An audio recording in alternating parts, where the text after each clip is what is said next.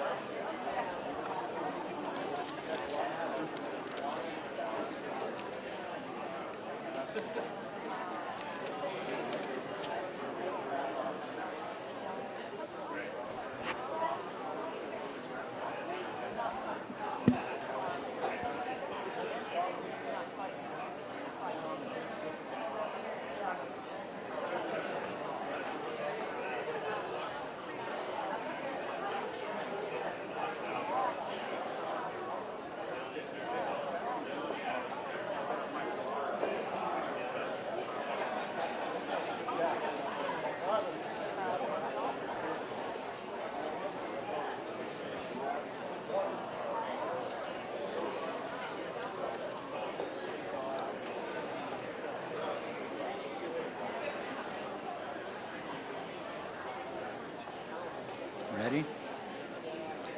Good evening. It's so great to have all of you here. Tonight we're going to talk about the future of grizzly bears and wolves in Montana and further afield. I'd like to begin by doing a sort of informal survey. How many of you in this room, raise your hand, have seen a wolf in the wild? Great. How many of you have seen a grizzly bear in the wild? Let's reflect on that for a minute. That happens in only 3 states in the West, where 3 of the 48 states in the West that we can say we're able to do that. Those species don't exist in most of the lower 48, and what we have in our wild backyard is a miracle. I think it's really important that we think about why we're here tonight, what's lacking in other regions of the country, and the questions before us are, when we think about grizzly bear recovery and wolf reintroduction, those are considered 2 of the greatest wildlife conservation success stories in human history. And we've all been a part of them. We're living through it as engaged citizens and advocates for these species. You know, this is something that is kind of natural for us. When we have visitors from outside the region, they get a lot more uptight about things than we do. And we are proving that we can coexist with them. The question is, will the recovery of both species, the biological recovery, continue? And do we have the will to make it so? So tonight we're going to be hearing from 2 experts, 2 people I've known for a long time who are eminent in their field. If you think about people, some of us are of age. We came of age during the National Geographic specials on TV, if you remember those. Jane Goodall, the Craigheads, Diane Fossey, Jacques Cousteau. We have people tonight on the same stage who are comparable to that. Before I go any further, let's have a look at this map. It is by no means perfect. But this too should invite our reflection, because we are here tonight in the homeland of indigenous people and their tribes who have been on the land a long time, and they're still here with us. And there's a lot of lessons that we can learn about coexistence and longevity. And I think let's begin tonight by showing our respect and appreciation. Let's give them a hand of applause.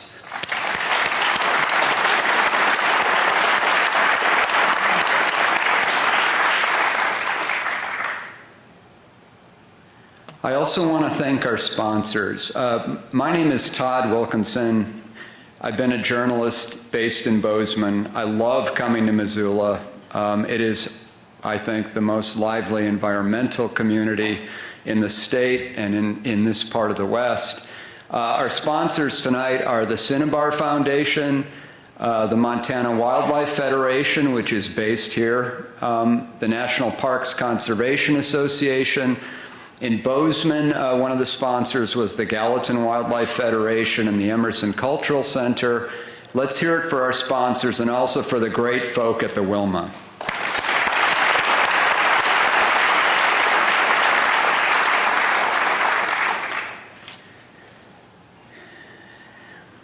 So how many of you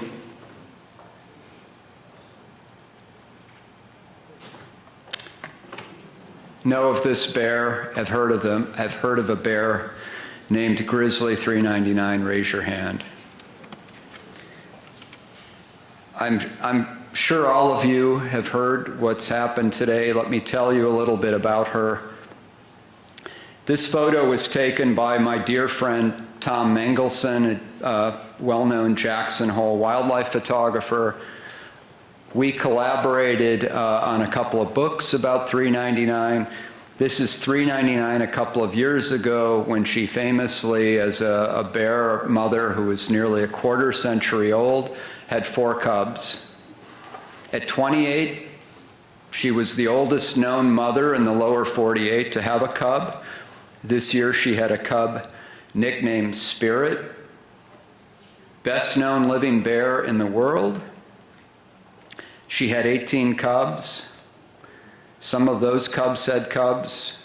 24 bears descended in her bloodline alone. And Dr. Servine and I will talk more about her later. Yesterday, she was wandering in the Snake River Canyon south of Jackson, and she was hit and killed by a motorist. As of tonight, we don't know exactly what the fate of her cub Spirit is, but she's a bear that really allows us to sort of distill our thoughts about grizzlies, why individual bears matter, and this huge command of attention that they have. The whole world is thinking about her, those people who are familiar with her. And so we're going to talk about why grizzly bears and why wolves matter. It's my honor tonight to introduce Chris Servine and Doug Smith. For 35 years, Dr. Servine led grizzly bear recovery for the federal government.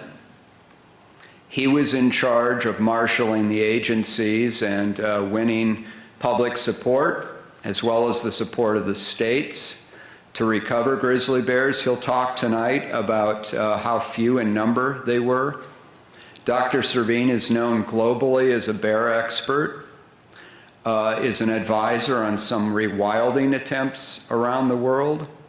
He also is the volunteer president of the Montana Wildlife Federation, and he lives in Missoula. It's a great pleasure to have him here tonight. Another man, Dr. Doug Smith, for a quarter century led wolf recovery in Yellowstone National Park. As many of you know, the most famous place to watch wild wolves is in the Lamar Valley of Yellowstone. Both of these guys have been on the front lines. Doug is also, I need to mention, he is an avian expert and has looked after conservation of birds in Yellowstone National Park.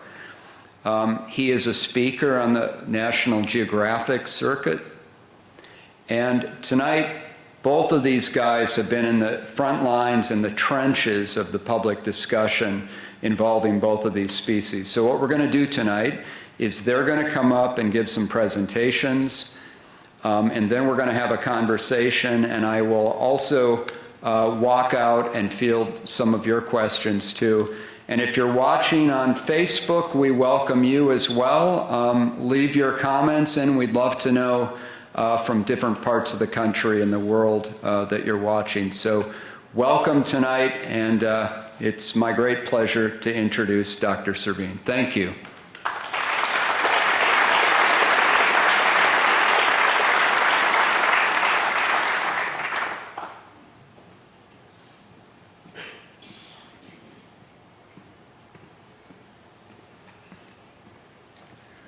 Well, good evening, everybody. It's good to see such a nice audience here tonight.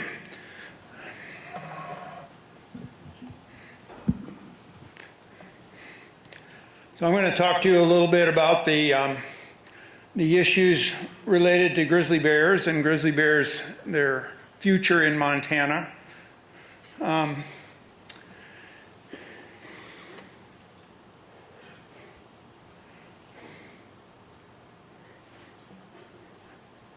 There we go. This is the historic range of grizzly bears there. They used to occur all the way down into central Mexico. The dark red area is the current range of grizzly bears.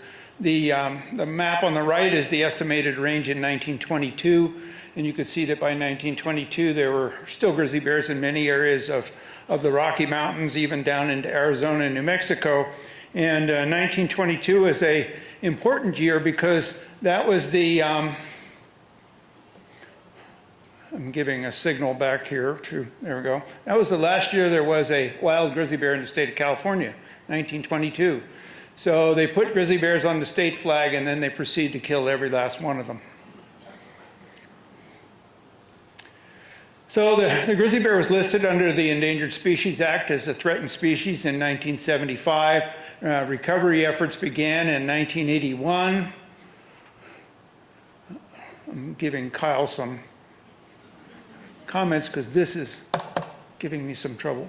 This was the expected range or where people thought grizzly bears were in 1975 when they were listed. But since that time, we found that there were really no grizzly bears in the Bitterroot. They were probably gone in the 1950s.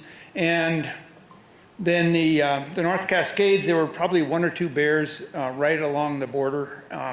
And those bears are gone now. So those two ecosystems really didn't have grizzly bear populations in them in 1975. So we had these four other areas where grizzly bears were. So we started the recovery program in 1980, 1981, and there were about 400 grizzly bears south of Canada at that point. And today there's more than 2,000 grizzly bears across the four ecosystems of Yellowstone, the Northern Continental Divide, the Cabinet Yaak, and the Selkirk ecosystems. And we see today the distribution of grizzly bears. The reddish colors you see on this map are the current distribution of grizzly bears in the Rockies. And the Northern Continental Divide population is about 60 miles from the Yellowstone population. But you can see that grizzly bears exist in many areas outside those recovery zones where they were in 1975. And in 1980, there were hardly any bears outside these yellow lines that you see here. So some evidence of recovery. We've seen several female grizzlies den on the Montana prairie and produce cubs. And this particular den was 25 miles from the mountains. It's probably 5 miles to the nearest tree from where this den was excavated. And you can see the excavated dirt there. The den entrance is right there. And this is certainly evidence of recovery because grizzly bears haven't denned on the Montana prairie in over 100 years, since the 1800s.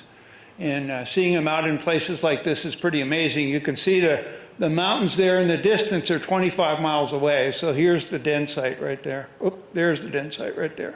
And the only way you can find this kind of a den is that female was wearing a radio collar.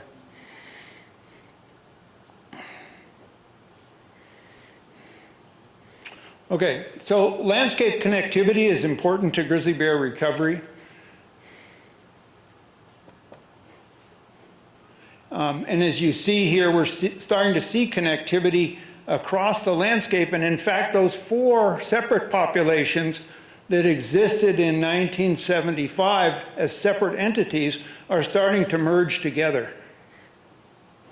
And what we're seeing is a big population that is starting to exist here in the Northern Rockies, where they start to move between ecosystems. This makes those populations more resilient to all the activities that go on across the landscape, more resilient to climate change, and healthier in the long run if we treat them as one big unit. And this is called a metapopulation, where you see different units, islands, that are starting to reconnect with each other.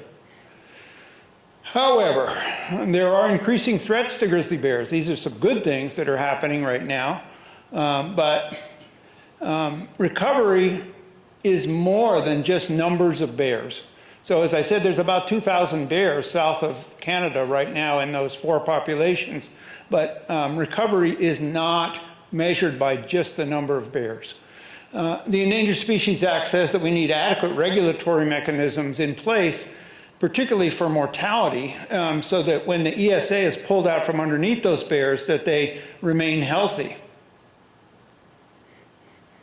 And so the grizzly bear deaths do not go up as soon as the ESA no longer protects them. What we're seeing, unfortunately, is political backlash due to anti-predator hysteria in state legislatures. And this threatens the probability of ever recovering and delisting grizzly bears. The focus of some agencies has changed from recovering grizzly bears to delisting grizzly bears. Oop, let me go back. Delisting takes the focus off real recovery and is pushed for political expediency, not to benefit grizzly bears. So recovery and delisting are 2 different things. Delisting does not mean driving the populations down to minimum numbers, as we're seeing happen with wolves now. Delisting does not mean reducing numbers and range immediately upon delisting. Does not mean minimal conflict reduction efforts outside recovery zones. And it does not mean allowing new killing mechanisms on the landscape that will result in dead bears. Grizzlies are still at risk because of state legislatures. And I hate to say it, but it's sad that the greatest threats to grizzly bears today are state politicians. They're passing legislation and implementing harmful anti-carnivore policies that demonize predators. These include hound hunting of black bears where grizzly bears are present, wolf traps and snares with bait where grizzly bears are present, paying people bounties to kill wolves, that's unethical, that's right out of the 1800s, shooting wolves over bait at night with spotlights, that's not fair chase hunting and it's unethical. And the general idea of demonizing predators to justify these unnecessary ways to kill animals on the landscape. These animals don't need to be demonized. They are not demons, they are native species who live here. So,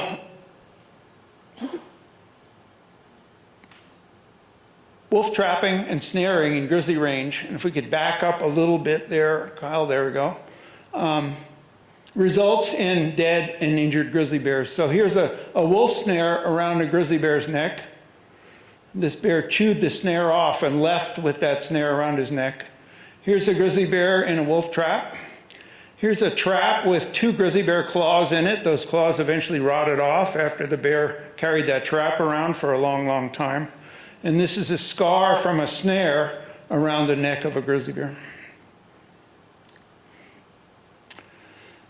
Aldo Leopold said, ethical behavior is doing the right thing when no one else is watching, even when doing the wrong thing is legal.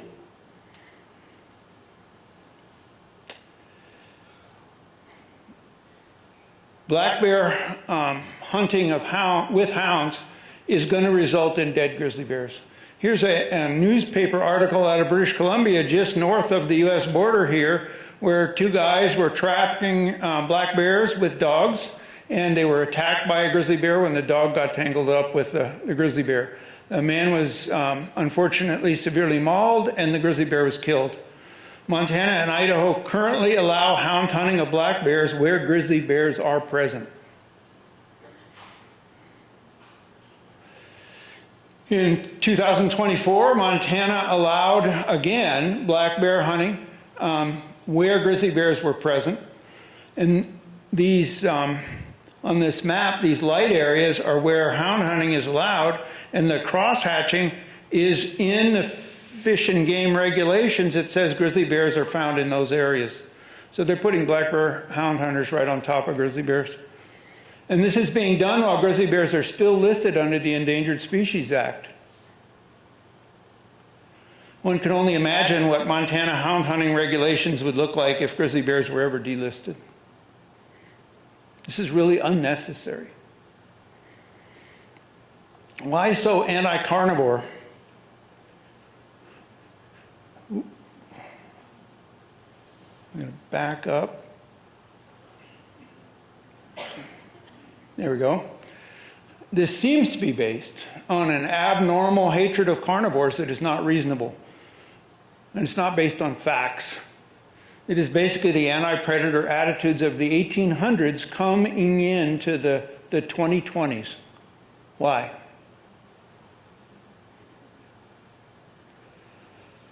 The state policy toward carnivores have no place in modern day science and fact-based wildlife management. If we are to maintain healthy wolf and grizzly populations in the future, we must manage them using science and facts applied in a professional manner and refined through a balanced and fair public process. That paragraph is taken out of an article that Doug Smith and I wrote for Yellowstonian early this year.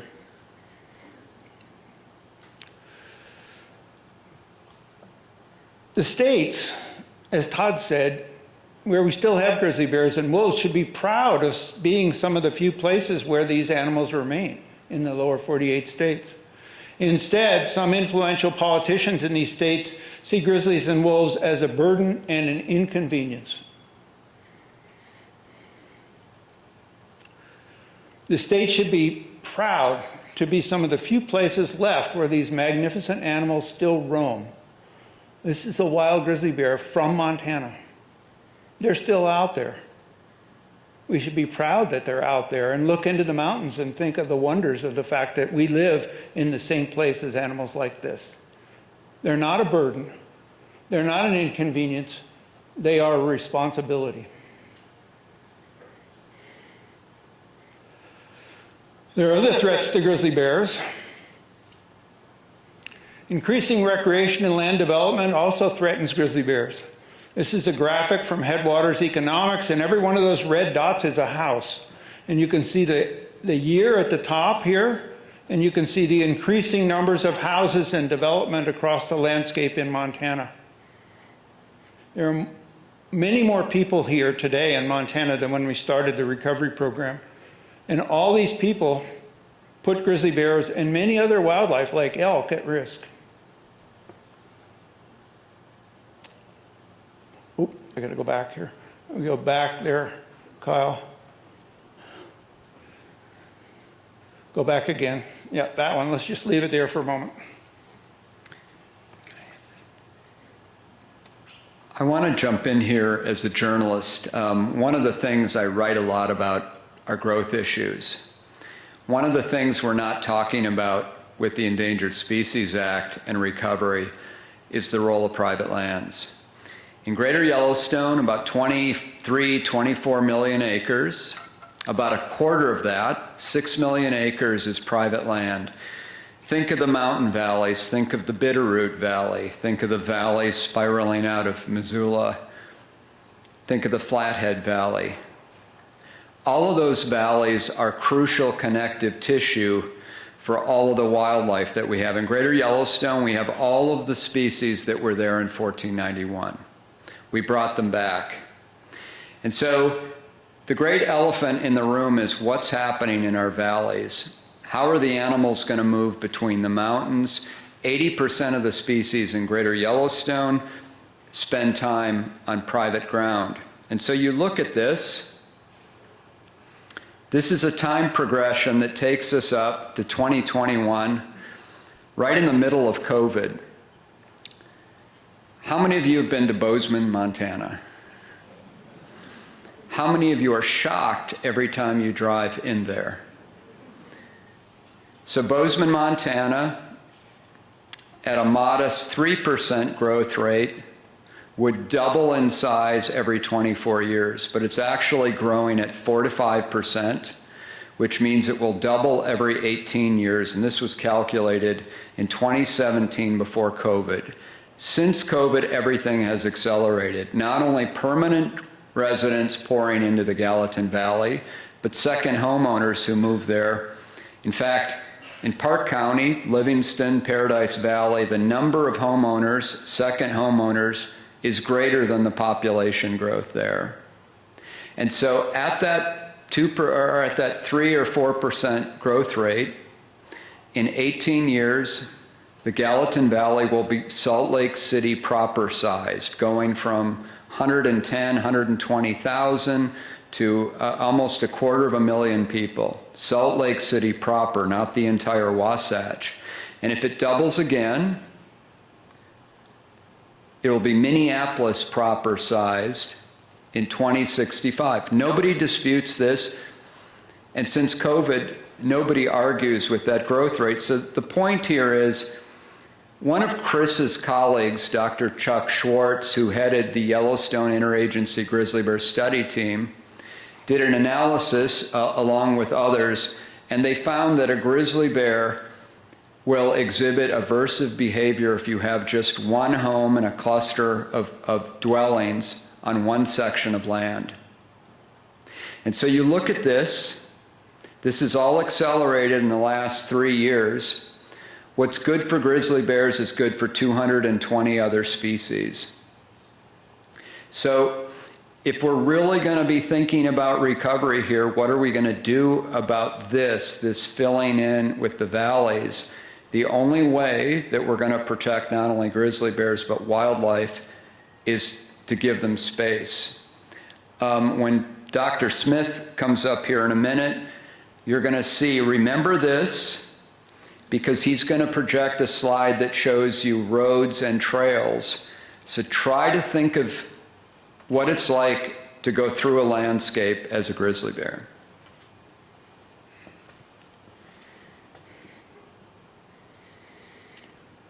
There is a disconnect between human population growth, suburban sprawl, and the ability of wildlife to adapt to this changing environment. Land development decisions should consider the impacts of such development on valuable animals like grizzly bears. Those land development decisions are made by each county, and in many cases the counties don't have the tools to make those kinds of good decisions. And look at these growth rates here. These are growth since 2010. Gallatin County is 42.7% growth rate since 2010. And while it may be funny sometimes to talk about Bozeman as Bose Angeles, it's not going to be funny if it starts to look like Salt Lake City. And it's going to be real difficult for us to keep the animals that live around there healthy. Back up there. Okay. Suburban sprawl is the leading bleeding edge of grizzly bear management and survival as humans and bears move into each other's habitat.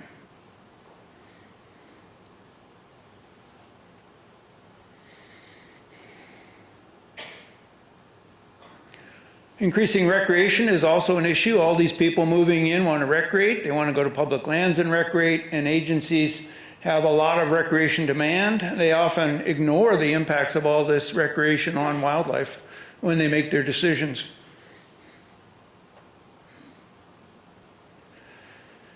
For example, recreation drives grizzly bears off alpine moth feeding areas. There's a grizzly bear right there. The management of recreation is important in important grizzly bear habitats.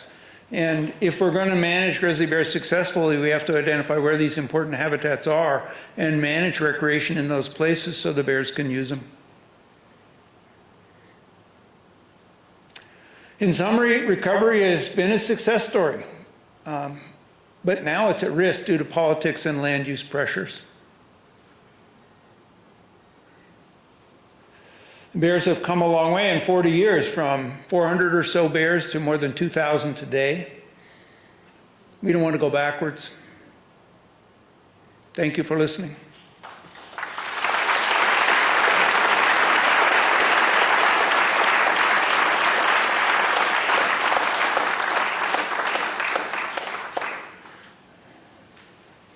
One more advance there, Kyle.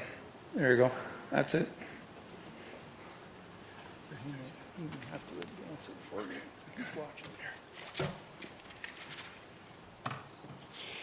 Okay, tough act to follow, Todd and Chris, and I'll do my best. But my name is Doug Smith, and I'm going to talk more about wolves, but also wolves and grizzly bears to kind of mend our two talks together. And there are a lot of similarities between wolves and grizzly bears in that they're both two iconic large carnivores in North America that were fundamentally eradicated from a good portion of the United States and North America. At least that was the goal.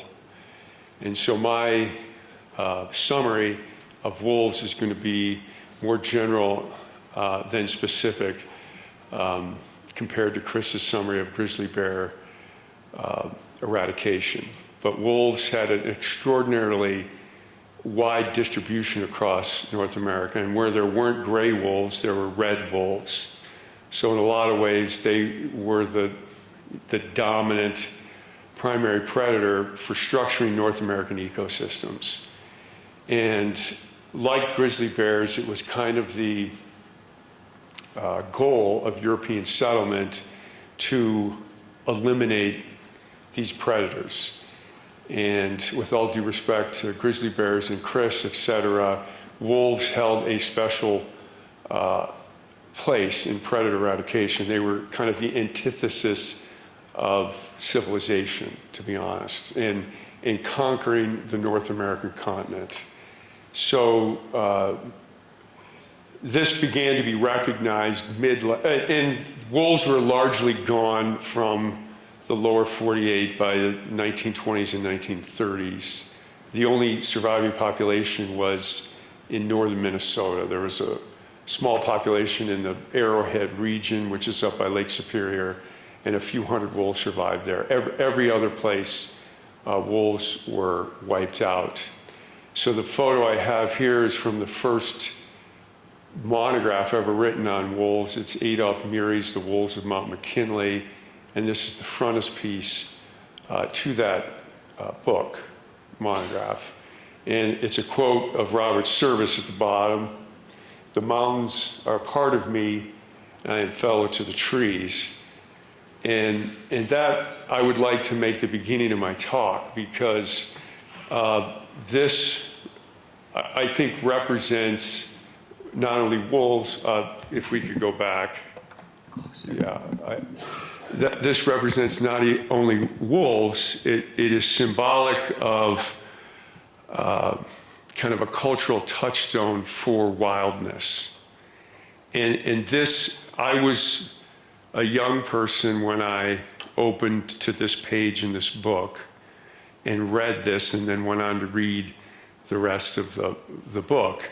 And Adolph Murray was very big in the greater Yellowstone ecosystem. I met his wife, Wheezy Murray, and so those eyes, to me, he knew early what those eyes meant.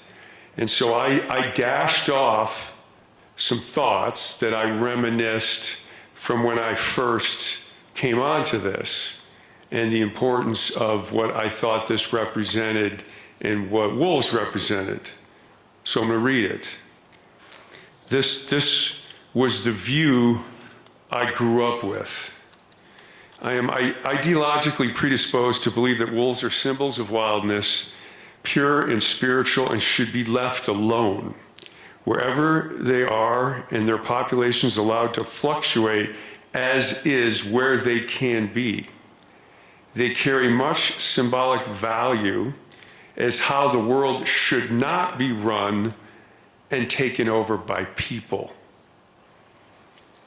This viewpoint will no longer work nowadays. This viewpoint is over here, and the world is over here. And the purpose of our presentations this evening is to try and find a way forward. The disparity of what Chris and Todd just described as the value of large carnivores in untrammeled landscapes not dominated by people, and in all places, a place like Missoula, Montana, that this used to be the ethic advanced by wilderness visionaries like Adolph Murray here. And somehow we ended up there. And I'm still here, but the rest of the world isn't. So the whole point of at least my portion of the talk tonight is to try and get here, somewhere in the middle, so we can incrementally move to where I believe we should be, as Chris just described. And this is very, very hard for me to do. And I say this because after 28 years in government service, it's harder to be at the forefront of some of these things. And since I retired now, I'm talking to a wider variety of people without permission in more walks of life. And I have found that if you can look them in the eye and be reasonable and offer moderate positions of compromise, you can get your way a little bit down the road. And this is very, very hard for me because I think we should be here. But we cannot get there in one step. So the rest of my talk will be some explicit examples of what I'm talking about. But because I'm speaking second, I want to say a couple things about the difference between grizzly bears and wolves. This is a photo I took on a flight in Yellowstone, grizzly bear, wolf, and it's not a common sight. The two often don't get this close. I'm not going to say they're intolerant of each other. There's just kind of a give and take that they give each other space. Wolf usually makes the kill. Grizzly bear usually takes it. They win about 80% of the time. But this is one of the few photos that I had that was handy, showing these two iconic carnivores right next to each other. And it also highlights a couple key differences. Wolves are very, very social. They're one of the most social large carnivores in the world, especially North America. And so everything that they do in our management of them deals with their sociality. They want to be with other wolves. They live in family groups. Bears are completely different. Chris corrected me on a couple of my errors the other night. We did this talk Friday night in Bozeman. I strongly identified with bears as being solitary. Females with cubs aren't. They have cultural traditions, but they're not as social and live in family groups as wolves. So those are fundamentally very different things. So here, wolves social, very high productivity. They begin breeding at young ages. They breed every year. They have large litters. Some packs in some conditions, I won't get into the details of this, can have more than one litter per pack. Almost exclusively meat eaters, and they can occur at much higher densities than you probably will find grizzly bears. Grizzly bears in general, the exception is sows with cubs. Solitary, very low productivity. They don't breed every year. They have delayed maturation. They don't, wolves can start breeding at 20 months. Bears, nothing like that.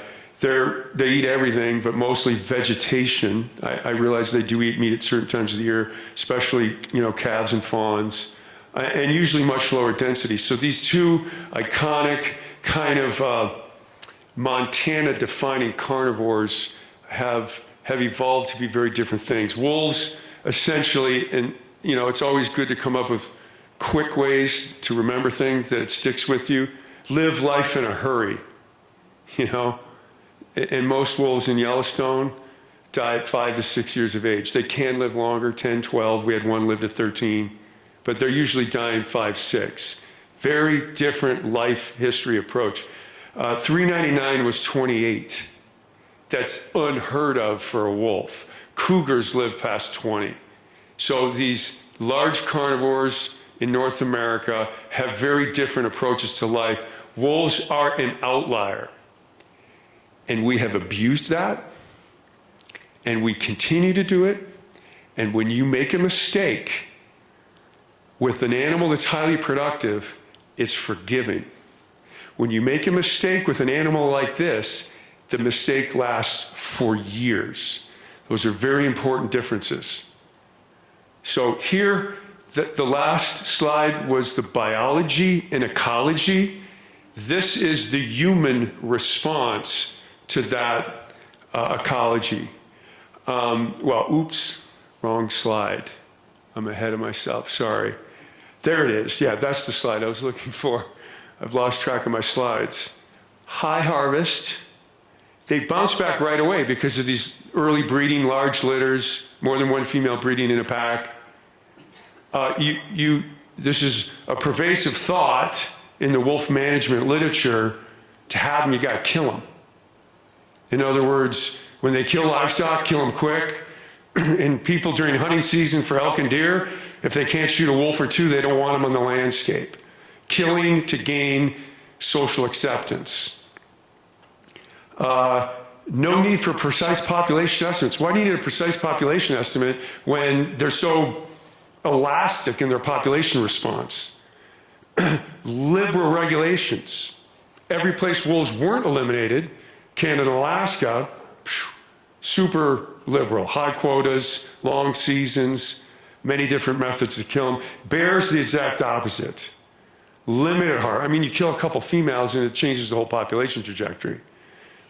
Mistakes last. Bounce back, not like wolves. Killing for acceptance, they might have that in common. Everybody feels better with a little bit of blood in the ground, seems like. Very precise population estimate. Lots of work goes in to pinpointing how many bears there are. Very restrictive regulations. These management approaches reflect the biology.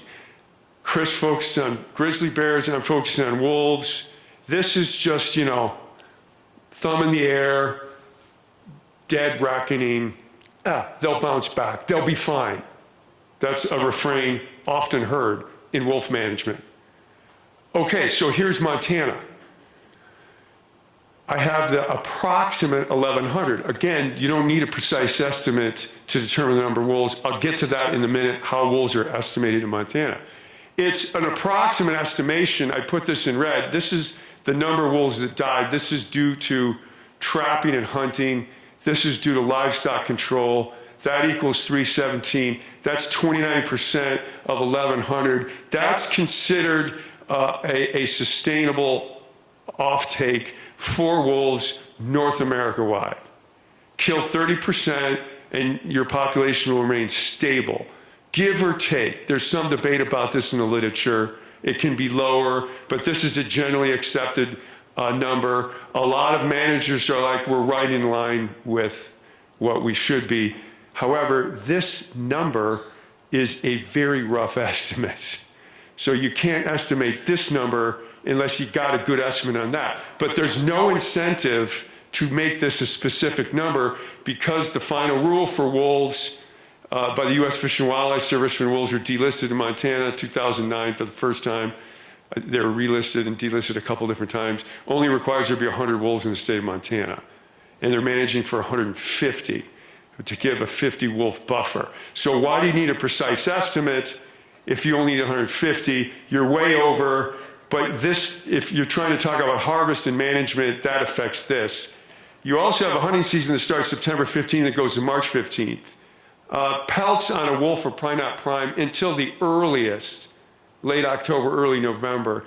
This is always, across the north, wolves are considered a valuable natural resource when they have a full pelt.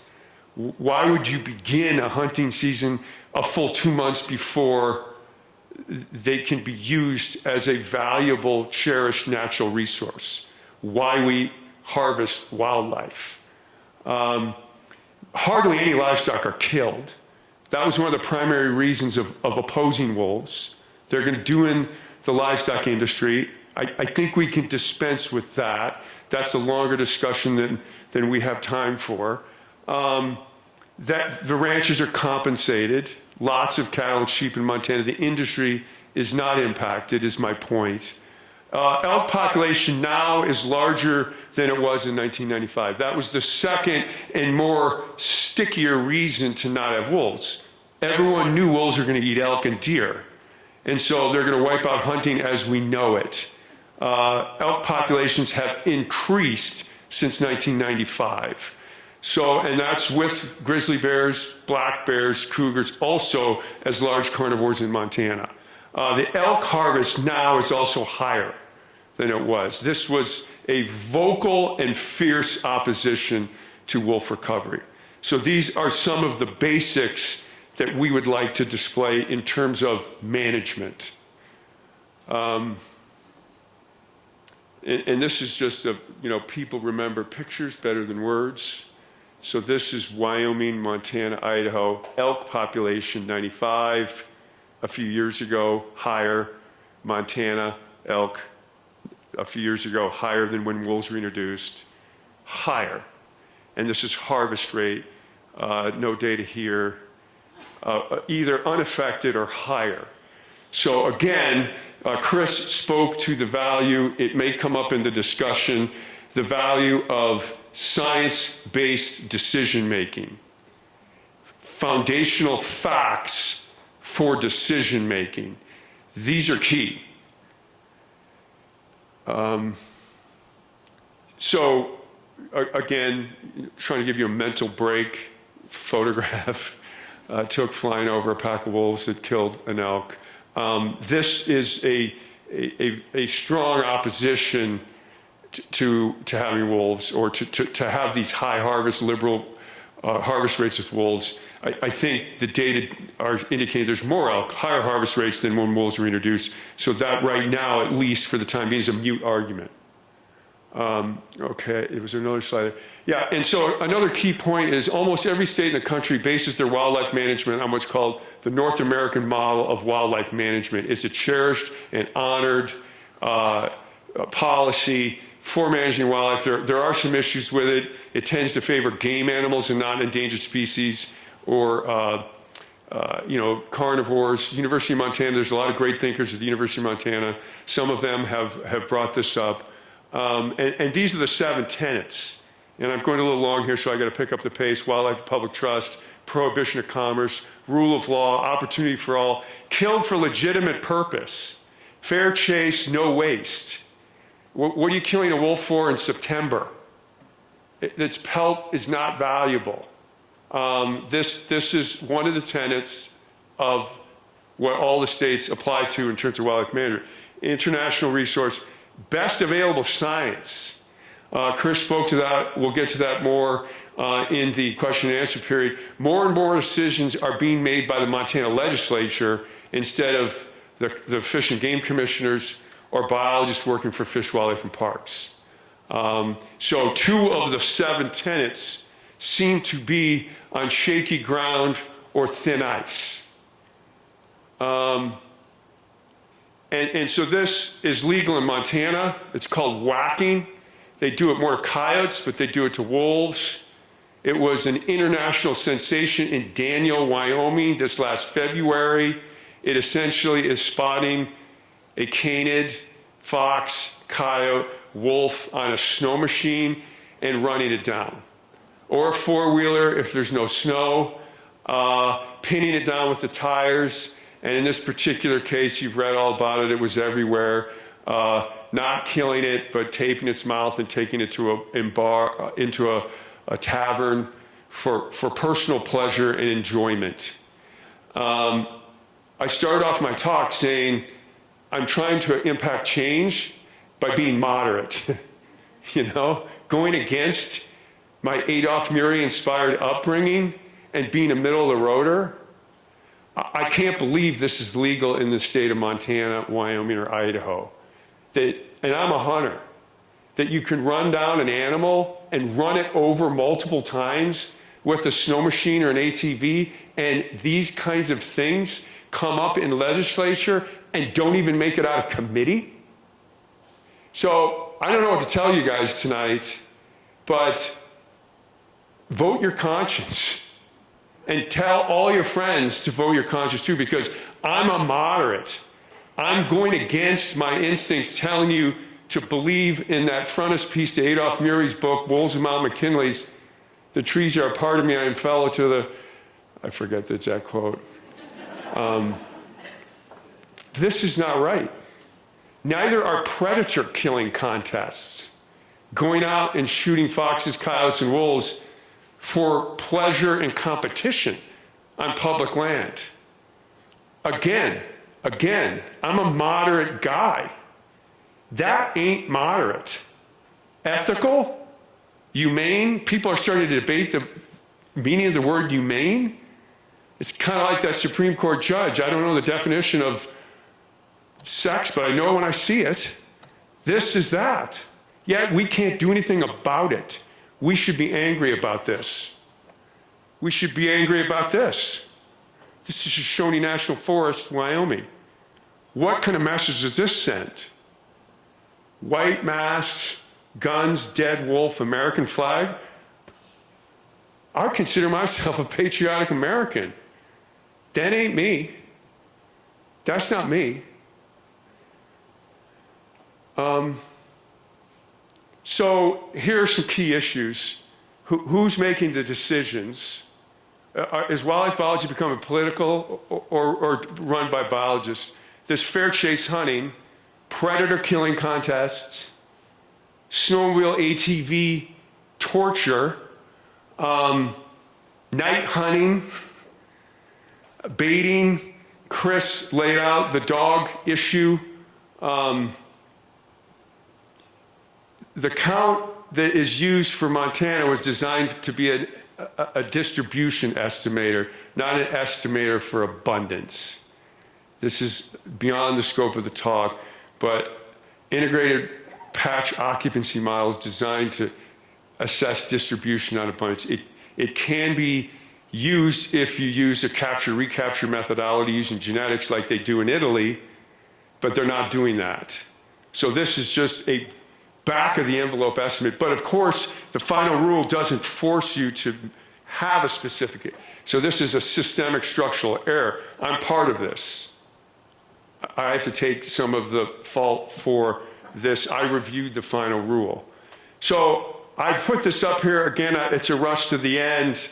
But zonal management means you have some places where you manage in favor of carnivores. They're doing this some places in the Midwest. They could self-select the places of low conflict, high public land, wilderness areas, not just national parks easy. You actually manage in favor of carnivores instead of just having kind of a statewide approach. And of course, wolves could be used. This is unknown, the science. A couple of you talked about it with me before the talk. The science is weak, but there does seem to be some correlational data that indicate where CWD is high, wolf numbers are low and vice versa. Why not experiment with that to see if wolves could be used as a culling purpose?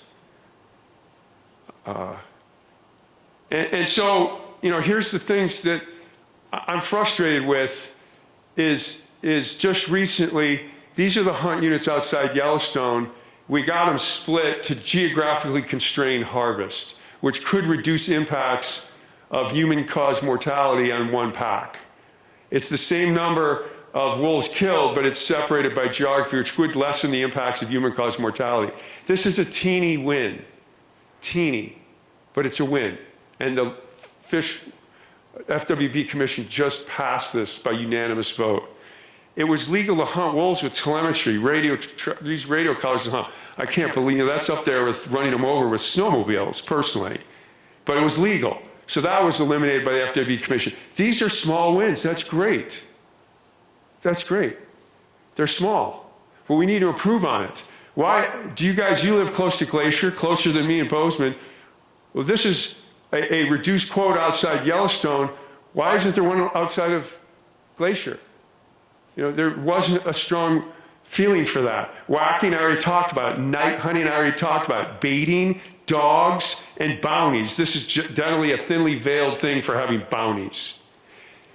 This we got. This is what we need to start working on. Chipping away at to go from here to there. I'm not trying to be a radical. I know this is Missoula, all you guys are radicals. I'm trying to get to the middle. Middle. These are modest. These are modest. I'm almost done. I don't know why the slide's not showing. Oh, there. Okay, next slide. I think this is the last slide. If it's not, I'll make it the last slide. You know, this is hard talk to give. I'm an ex-government bureaucrat. You know, I'm standing up here criticizing government management, speaking idealistically. You know, maybe it's pent-up energy I've had all these years. But really, what is this all about? This is the best I can do to characterize it. Decisions based on data and science. I'm fine if the decisions don't come out the way I think they should come out. Heck, nobody in the world lives over here with me. But let's at least use the data and science to have a discussion and then have a societal debate on what we're going to do. That's not occurring. It's occurring, it's just what my values are, we're going to legislate that. That's what's happening now. All voices are included, trust in all. I think you know what that means. You know, someone making phone calls, the buddies, the good old boy system, communities like in this room, voices are not heard. That's my main message for the talk. You need to have your voices heard. I've talked to some of these people making decisions, and they say things like, we don't hear about that. And then perhaps the most important, and Chris and Todd eloquently touched on it. Why do we live here? Why not live someplace else? Because we have grizzly bears, wolves, black bears, cougars, coyotes, lynx, bobcat, wolverines, those kind, plus the big game that we hunt and love to hunt, that coexist with the large carnivores. These are the things we need to work on moving forward. Thank you very much.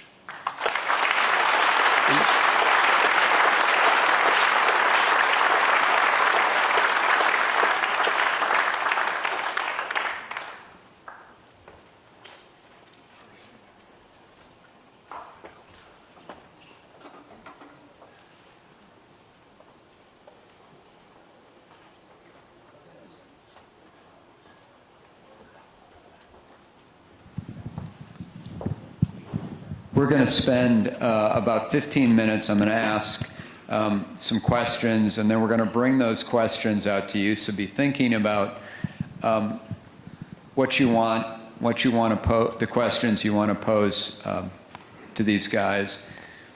The first question that I want to begin with is one that's directed at both of them regarding both species. We hear a lot about numbers.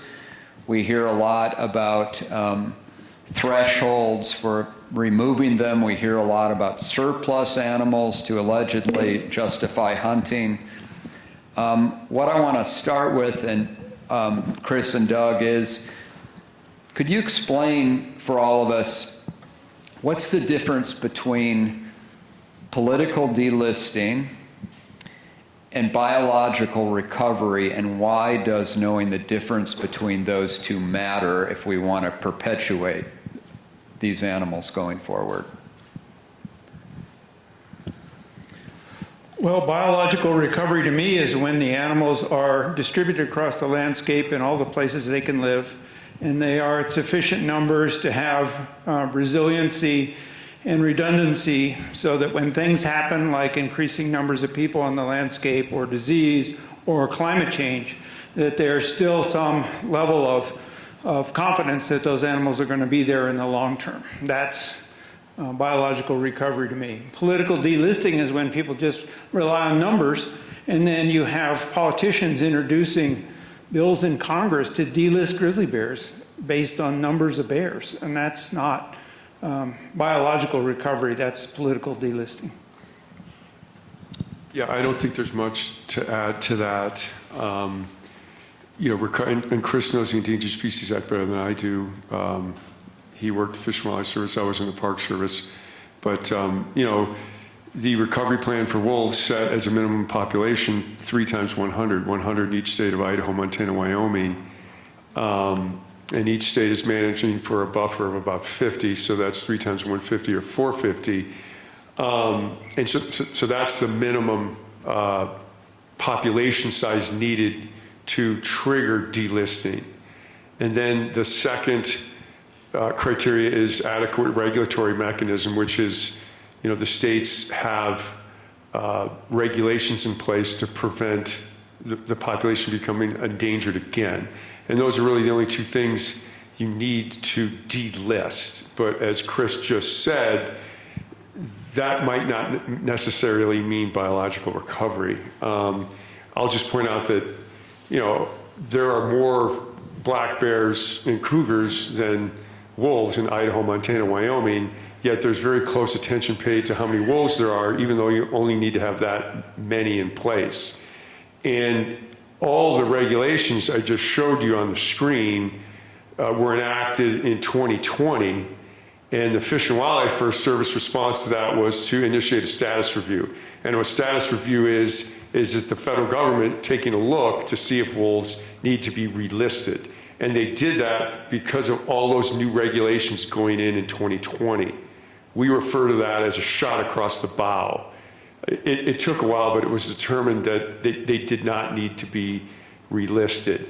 But it was in response to the regulations that were put in place. And that is all decisions relative to delisting and relisting, not biological recovery, which some scientists believe is 800 to 1,200 wolves in the region. Now we're above that. And so they say, what's the point? And that is a good argument, but nonetheless, regulation-wise, they could manage to 300. And so those things are disparate or not well connected, is what I'll add to Chris's answer. Thank you for that. One thing that I think is important for you all to consider is that Chris was the National Recovery Coordinator for Grizzlies for 3.5 decades. And during that time, you were a strong booster for delisting, removing bears from federal protection, handing management over to the states. Your name ended up on a bunch of lawsuits filed by environmentalists against you and the service. Ultimately, delisting moved forward only to be overturned twice. Today, you are opposed to delisting.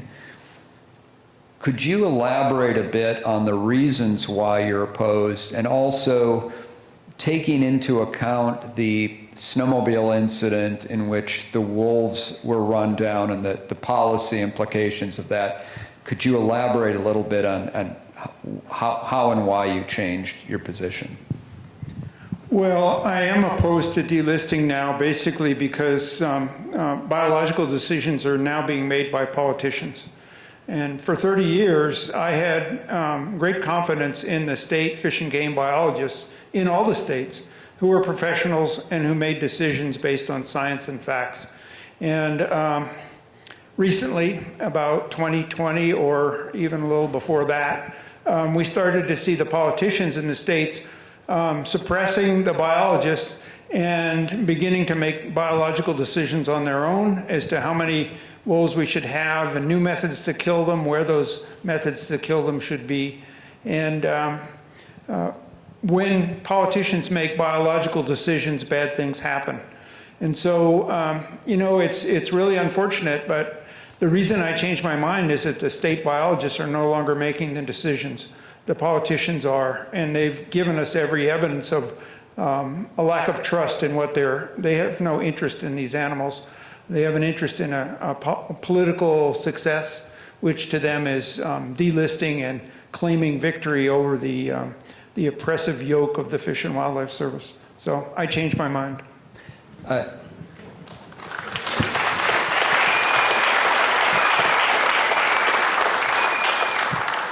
Just a quick follow-up, Chris.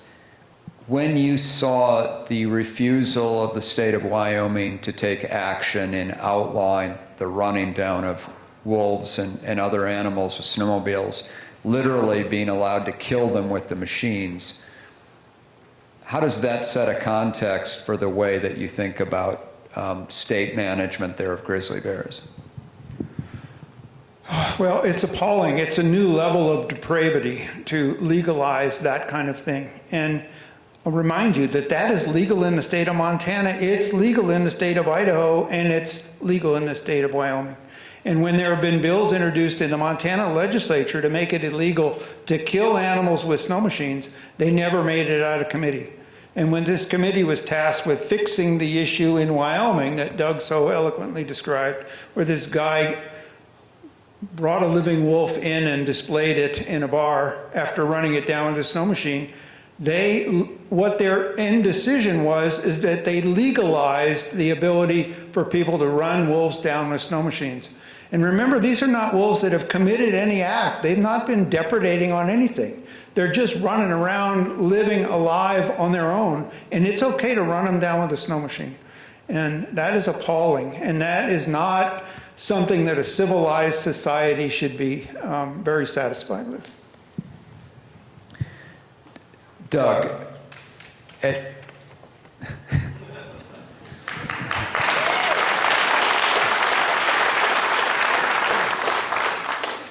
in the last couple of years of your tenure in Yellowstone, you've had an esteemed career. You've studied under some of the foremost wolf biologists in the world, and you were able to witness this quota system that was politically set north of Yellowstone in Montana. 19 wolves were killed. Could you discuss a bit what impact that had biologically on different packs, what happened, and also as a biologist who cares about the animals one studies, how did that make you feel? Well, I think to add a little context to that, I took my job as a National Park Service employee very seriously. Our job was to, the Park Service mission can be boiled down to two simple things: preservation, or preserving natural systems, and visitor enjoyment. There's a lot written about that, and they kind of oppose each other, but I took it seriously, and my job, part of it happened to be wolves. And, so we looked into, boundary management, because it's well known Yellowstone National Park is created imperfectly. It was created for geysers. It's not created for wildlife movement or migration, and the animals don't know where the line is. And it's difficult for an animal to go from complete protection to no protection over an invisible line. And so our working with the state, which has different management objectives, which can be summarized as conservation, which is equally worthy, which means wise use instead of no use. Preservation is defined as no use. Both worthy, just different, but the animals don't know that transition. And so our long-term objective was to make that line a soft boundary, not a hard boundary. And we had done that. It was working.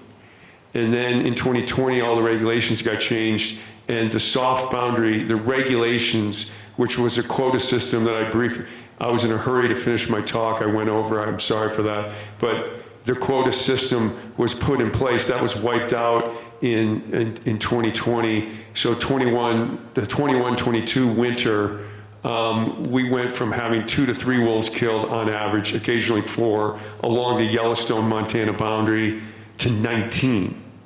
25 park-wide, because Idaho and Wyoming killed some. That was 20% of the Yellowstone Park population. That's a harvest rate on a national park.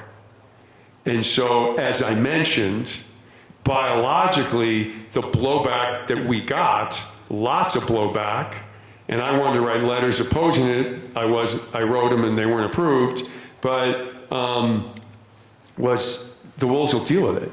That's well below that 30% mark. So reproductively, they can bounce back, and they can. And if you watched, we had some compensatory reproduction in the next few years, i.e. they produce more pups. But to me, That's not natural. That's not a natural system. Our job is to allow natural processes to occur. That was my job, whether I liked it or not.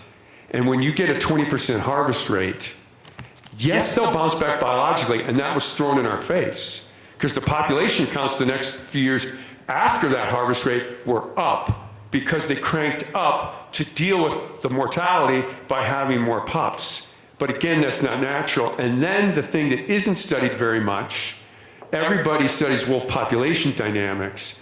Very few study wolf social dynamics.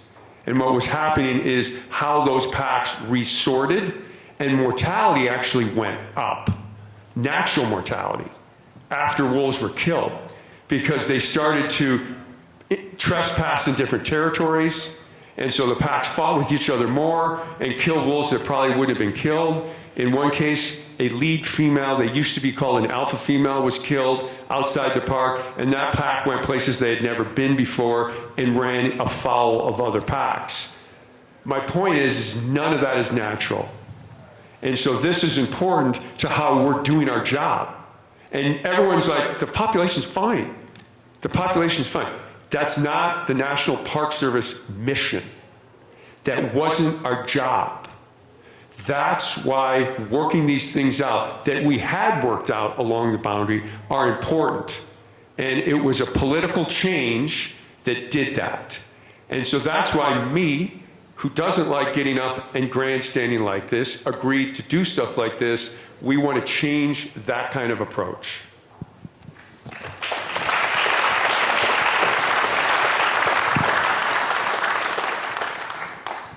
There's a lot of policy made upon conjecture, and journalists, we try to fact check and look at the science.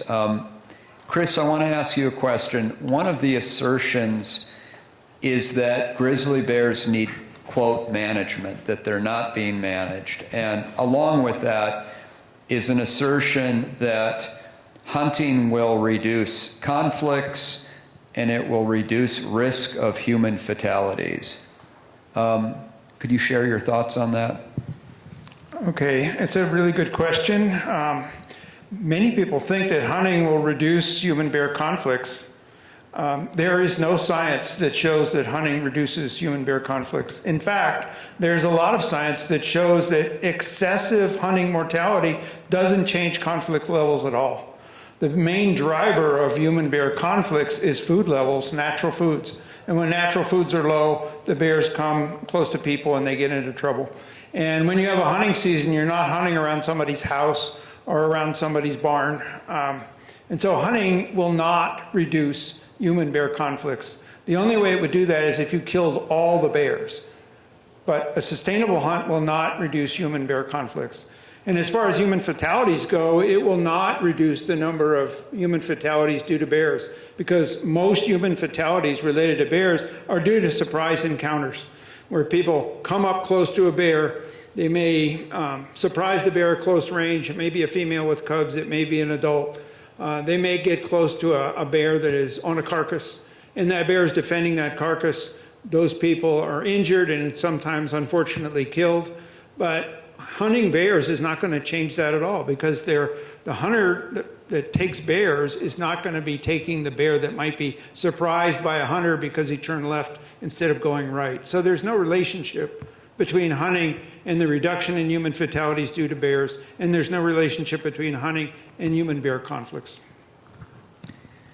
Doug, this is a two-parter. Tens of millions of people have come to Yellowstone National Park since wolf reintroduction. Lots of people moving through the backcountry. How many humans have been eaten in Yellowstone since 1995? None. Okay. There is an assertion, and we all heard this in the 1990s after wolf reintroduction. The assertions were made that wolves and grizzly bears would grow ad infinitum across the landscape, that there would be no stopping them. One of the gubernatorial candidates from Paradise Valley called wolf reintroduction the biggest ecological disaster in human history. and that there would be no animals, that first they would eat all the ungulates, and then they would turn onto livestock and devastate the livestock industry, and then they would be eating school children waiting at the bus. Could you talk a little bit about the wolf population in Yellowstone and the way that it has been regulated? It's largely, except for wolves that go out of the park, is regulating depending upon prey. But talk about why that notion of wolves just exploding and never ending in numbers, how Yellowstone refutes that. Well, tough question, very complex question. I'll try and answer it briefly. But importantly, I'll preface it by saying there are very few unexploited by human wolf populations anywhere in North America. I'm not talking just continental United States, I'm talking Canada and Alaska.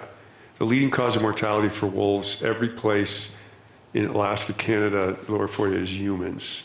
Sometimes it's over 80%, other times it's just above 50. But if you're a wolf, you're likely going to die to a human. And so the important point to answer your question in short is wolf population levels are rarely regulated by natural forces. They're usually regulated by humans. And so the level of the wolf population is usually called your social carrying capacity, not your biological carrying capacity. And maybe I'll just leave it there, but after you get into the biological carrying capacity realm, you get into these sticky arguments about wolves. I'm having them now with prominent wolf biologists. I won't mention their name, but wolves can be self-regulating. Another way of saying that is density dependence. Is they start going up. The early part of their lower densities is largely guided by the available food. It's called extrinsic regulation. And as their population starts to grow, they start to compete with each other and actually kill each other. The leading cause of wolf mortality in Yellowstone is other wolves. It's one of the few places you can find a naturally regulated wolf population. So as they begin to kill each other, that's called density dependence or intrinsic regulation. In other words, they begin to hold the number of wolves below what food can support. They just don't keep increasing at this linear rate that is correlated with biomass or food. It goes up first and then it levels off because wolves start killing each other. And some people call that self-regulation, intrinsic regulation, density dependence, whatever. And they don't like it because as soon as you say self-regulation, that argues against a need for hunting. Okay, they're separate arguments. That doesn't mean, in my arguments tonight, were not that wolves should not be hunted. Okay, it's the type hunting, it's the harvest rate, it's how we do it is the issue. But self-regulation doesn't argue against wolf hunting necessarily. And some wolf biologists argue with this because as soon as you say self-regulation, people are going to argue, well, we don't need to hunt them. And that's not what's going on there. Anyways. Thank you. I want to share a quick anecdote about Grizzly 399 tonight, if it's all right with you. 17 years ago, on a June day, there was a school teacher who went for a walk in Grand Teton National Park, stumbled upon an elk carcass, and was suddenly attacked by a grizzly bear. This grizzly bear felt threatened by the human approaching the carcass, and the bear and her 3 cubs bit the school teacher and was on top of him, and through a series of events survived. Had Grizzly 399 wanted to kill the school teacher, she could have. And she was also teaching a lesson to her cub that day. What was fascinating in these hair-raising events, and they're recounted in the books that I collaborated with Tom Mengelson, is that as the victim was being rushed to Jackson Hole, he pleaded with the medical people to call back and said, "Don't kill the bear, it wasn't her fault." And rangers that day. There was nearly mistaken identity when she returned to the carcass. Some people thought she was back feeding on the human victim. She easily could have been killed. And so calls were made. There were 2 calls made. One was to the Grand Teton Superintendent, Mary Gibson Scott, and another one was to this gentleman right here, Dr. Servine. And the question was, what should we do about it? And could you explain to them what you said, why, and why do you think Grizzly 399 matters? Well, in every case in which there's a human injury or fatality, we discuss what to do with the bear. And if the event is due to what we call natural aggression, like a bear is surprised, a bear is defending a carcass, or a bear is defending her cubs, in almost all of those cases, we leave those bears alone. And that was the case with 399. She was on a carcass. This individual didn't know the carcass was there. He came around a corner, was right on top of her. She jumped him, bit him a couple times, and then left. And it was an easy decision. She hadn't done anything wrong. She was just naturally trying to defend that carcass from that surprised person. And so it was easy to say that she was fine. And we left her alone. And I think the result is that she was on the landscape for up until last night, the day before, well, 2 days ago, I guess, last night, 2 days ago. And, you know, she's been an ambassador for grizzly bears now. She's been very visible. She's the only grizzly bear with a Facebook page that I know of. And 2 books about her, thousands and thousands of photographs. She's probably sold hundreds, if not thousands, of Canon lenses for the Canon Corporation. She shows people that she can be a really good mother, that she can live to really old ages and still be careful with her young. Some people thought she liked being around people. She did not like being around people. The reason that she was down around those roads and close to people is she was trying to stay away from adult males with her cubs, because adult males will kill cubs. And the adult males were in the secure habitat. That meant that she had to go closer to people. And she was temperate and quiet and understanding, trying to get around people. She was nervous around people. She didn't want to be there. But through the good efforts of the Park Service with their bear brigades in Grand Teton National Park and the management agencies, Wyoming Game and Fish and the U.S. Fish and Wildlife Service, they did everything they could to keep her alive. And she lived until just a few days ago. And she was an ambassador for bears.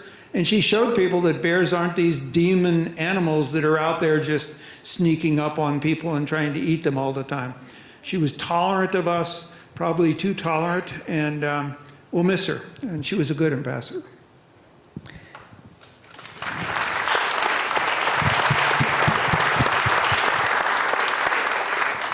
Could you just elaborate a little bit on that teaching behavior?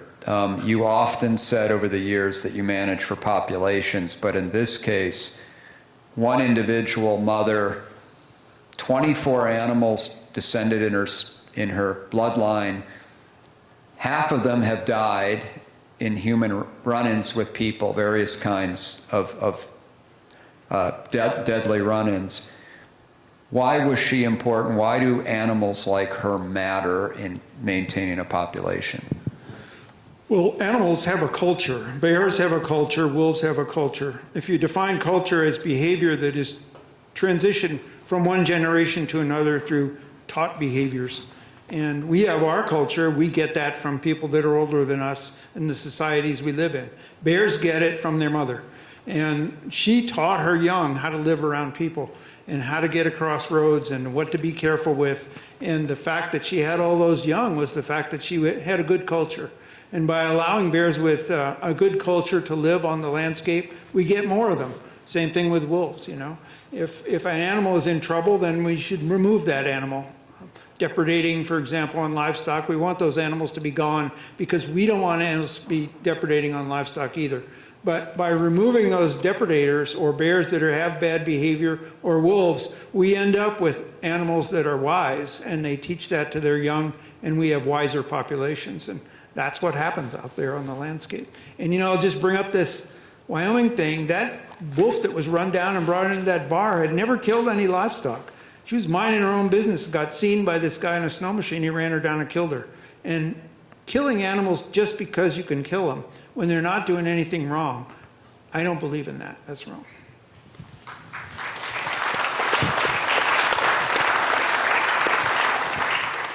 But one more anecdote I'd like to share is that in '75, when states were resistant and the Forest Service was resistant to recovery of bears, and then again when states opposed wolf reintroduction, there is this thing called existence value, and it can be actually converted into economic value in this notion of bears being worth more alive than dead.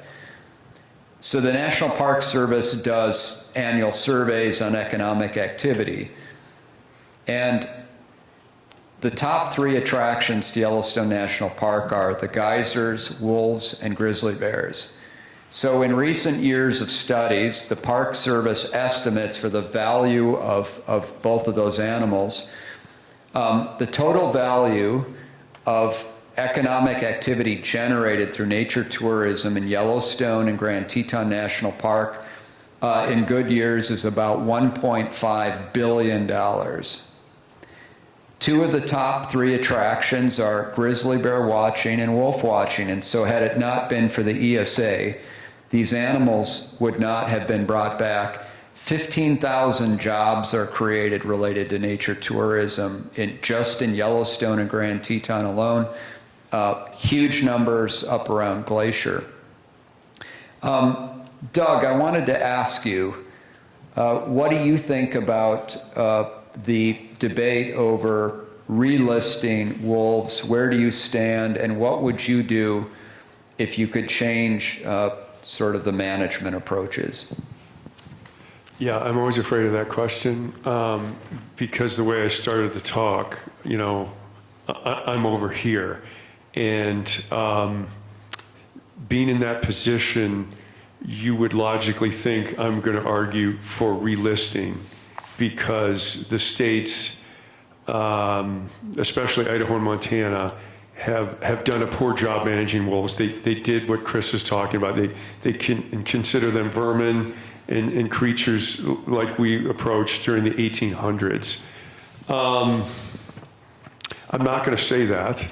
And the reason I'm not going to say that is because I still have colleagues working in many areas of the government who would argue that that would set wolf recovery back significantly because there's this anti-federal attitude. I mean, you know, you can win elections in Montana being anti-government, for crying out loud. I mean, we have one in 2 weeks, and that's the most solid platform to be on, anti-federal government.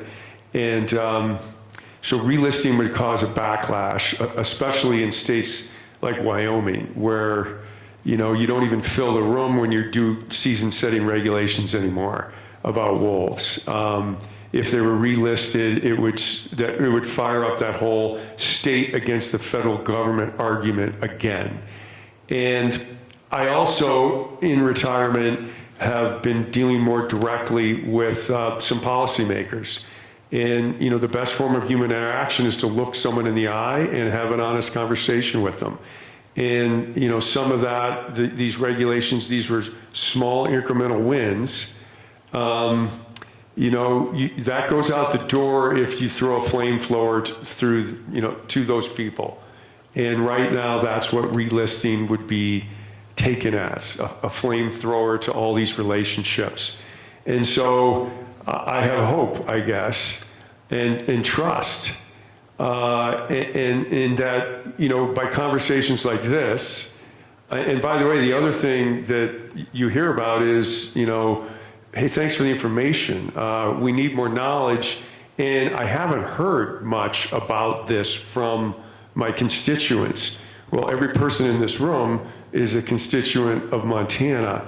And I'm hoping that that process can lead to better wolf and grizzly bear decision-making in Idaho, Montana, Wyoming, through respectful, science-based conversations amidst people of a reasonable nature. Relisting is the flamethrower. And that creates this federal backlash that I know so well, having worked for the federal government, and what people say to us and think about us is you want to try and work from the grassroots organic level.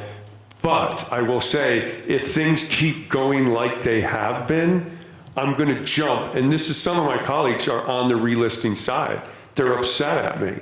The states have done a terrible job. Relist them. It's the second thing that Chris talked about, the adequate regulatory mechanism. If you continue to do that, put them back on the list because you don't deserve to manage wolves. So right now, I still have hope in that process. Thank you. Todd, let me ask you a question. You've written about urban sprawl and the development of land. Looking at that map and looking at the development that's occurring, what are some solutions, do you think?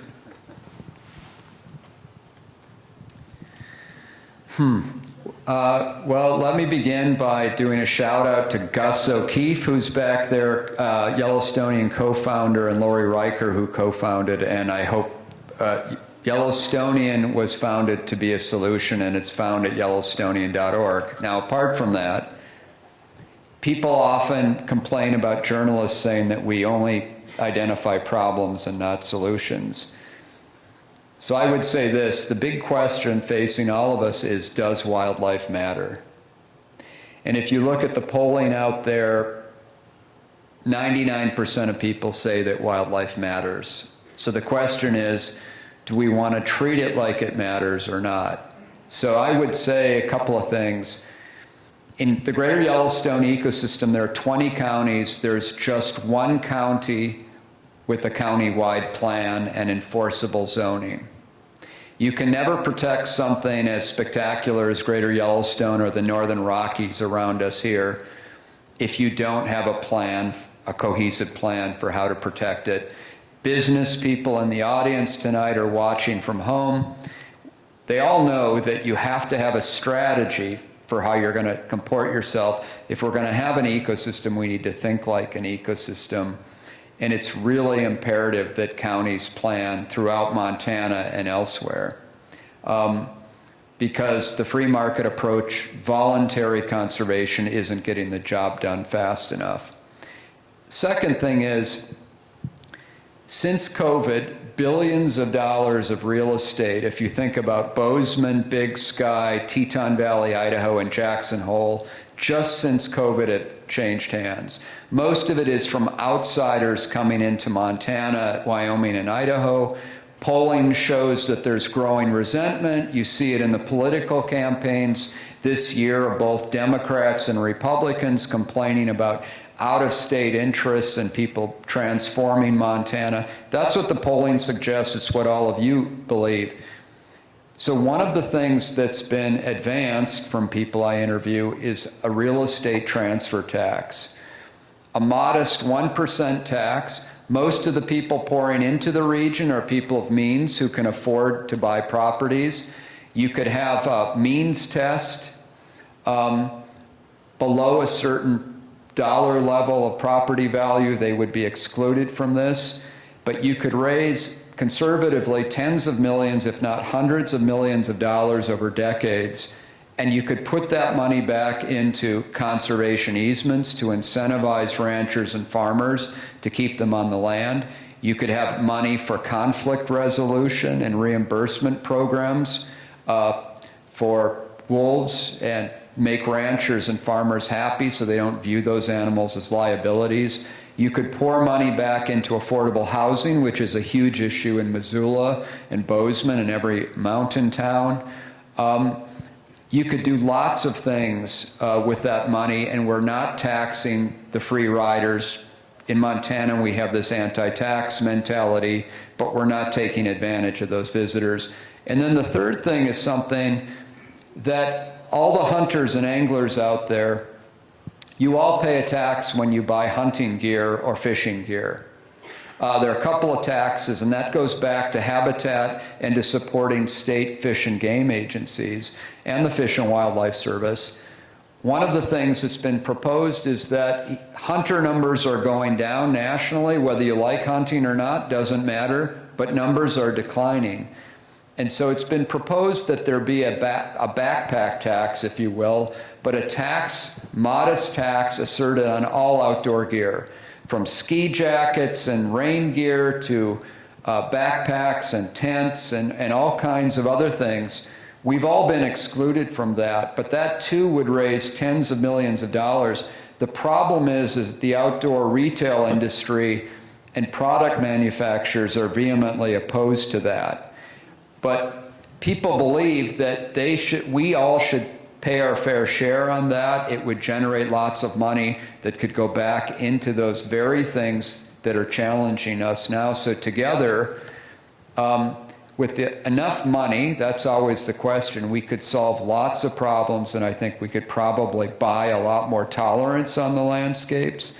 If Fish and Game people didn't feel like they had to fundraise to pay their salaries off of licenses, maybe they would appreciate non-game species a little more. So thanks for the question. Before I go out, and I want to open it up to all of you, I want to ask you a question, Chris. People have said that unless we delist grizzly bears, the ESA is failing. They say that meeting numeric thresholds, it's time to delist. And the assumption is that we delist to hunt. But in the case of the bald eagle, exponentially more bald eagles, you could argue that they would be fine trophies to hunt. Bald eagles and golden eagles kill more domestic livestock than grizzlies and wolves across the country. They're more widely distributed, and yet they're still protected under the Migratory Bird Species Act and the Eagle Act, and they were delisted. So my question is this: what do you think about the idea of declaring victory on the ESA, delisting grizzlies, and simultaneously putting them under the jurisdiction of a new federal law, say the Grizzly Bear Protection Act, in light of the fact that grizzlies are going to face persistent threats, largely due to population pressure and loss of habitat and climate change? What do you think about that? Well, that's a tough question. I guess, you could have something like a Grizzly Bear Protection Act, similar to the Bald Eagle Protection Act. Bald eagles were delisted, and their mortality is limited because they're under the Bald Eagle Protection Act. You could put something like that in place for grizzly bears, and it might be maybe it's a way to get through the gate of delisting and turning the animals over to state management, but it would limit certain types of mortality. But the majority of the management decisions would be made by the state. And of course, grizzly bears that are in conflicts would still be removed and managed. I mean, there's merit in that. The question is, what can we do to get from either fully list them forever or delist them and hope for the best? Maybe this Grizzly Bear Protection Act approach, similar to bald eagles, is a way that we can try to get there. Any questions? If you have a question, raise your hand. We'll get the mic over. Thank you guys for being here tonight. My question to you would be probably to Chris. When a grizzly bear that gets in trouble is relocated, what process is used? Are they moved to another recovery area? Are they put in the same system? Can you explain what happens there, please? Well, they're usually put in the same recovery area. They're not moved between ecosystems. They're rarely moved between ecosystems at all. They're moved in the same ecosystem. Try to put them back, usually on federal land, to get them away from private land and give them another chance. So every female that's captured is relocated that way. We have a question here. This is Gus O'Keefe. He's actually with Yellowstonian, and we have a bunch of free posters, grizzly and wolf posters, on your way out. If you'd like to pick one up, they're pretty attractive. Gus? Well, I appreciate the intro because I'm not a groupie nor a plant. This is actually my own question. So I was at the event in Bozeman, kind of qualified the not a groupie, and you both talked quite a bit more about your faith in the actual wildlife managers and the biologists working in the states, as opposed to the politicians. If you got to be dictator for a day, because you both are kind of on both sides of the listing and delisting argument, how would you empower them? What would you do to give them the tools to really influence the politicians in a positive way?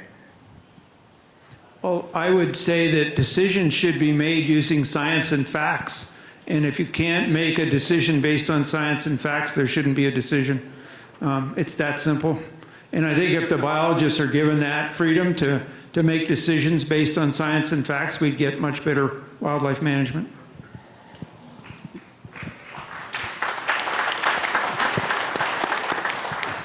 Yeah, I can't add much to that, other than horizontal management instead of vertical management. I think Susan Clark has written the most about this. Include all voices and give power to those voices. I think in the military, they listen to corporals as they listen to everybody up the line. I think right now, mid-level folks, I think don't, at least in my 30-year career, there was a subtle shifting dynamic that, mid-level folks based in the field, voices have been diminished. And I don't have evidence to prove that. That's just a feeling. So in addition to that, which I think can be defended with evidence, I think all voices matter, and decision-making should be more including many voices instead of just command and control. And that's what I think we're referring to about politics becoming more dominant than wildlife biology. Hi. And Chris, this is probably maybe for you because you might be more familiar with it since you're with FWP. Normally, I buy my fishing license at a local business, and this year I happened to buy it online. And as I'm checking out, there was a pop-up on the FWP website for the fishing license that asked if I would contribute a donation to help with the flights and lethal removal of wolves. I'm pretty disturbed by that, and of course you'd have the option to say yes or no, but I guess my question is, is this something new, do you know? And I mean, a donation for lethal removal, I think that's kind of a little absurd. Yeah, you said Chris, but the question was about wolves. Oh, sorry. Yeah. Yeah. I'm not actually familiar with that. When I get a fishing license, I buy it in person at Sportsman's Warehouse. But I can't comment on that. I would not say that's professional wildlife management to ask anglers to fund aerial wolf control, is what you're saying that is. And that's called predator control. It's done in Canada and Alaska primarily to help woodland caribou and increase moose and other wildlife populations. It's considered a measure of last resort. Many people consider it repugnant and unethical and it's done for livestock control in Montana. You fly around a helicopter, shoot a wolf outside the helicopter. To use that in everyday standard wildlife management, I personally think is inappropriate. So I would not give money to that, and I might write in or call in and say, I don't, I think that's very good to do, yeah. I actually put in for a FOIA on